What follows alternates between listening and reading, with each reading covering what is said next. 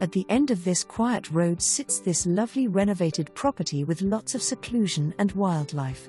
Sellers have updated the kitchen, even adding a coffee bar, the baths, added a patio door in the living room along with a wood burner, replaced the roof and built a 30 by 36 garage in 2019. The loft level has tons of potential for an office space, family room or playroom. The open concept living space is bright and airy and leads to a large deck. The acreage has garden space, a horseshoe pit and an extra storage building.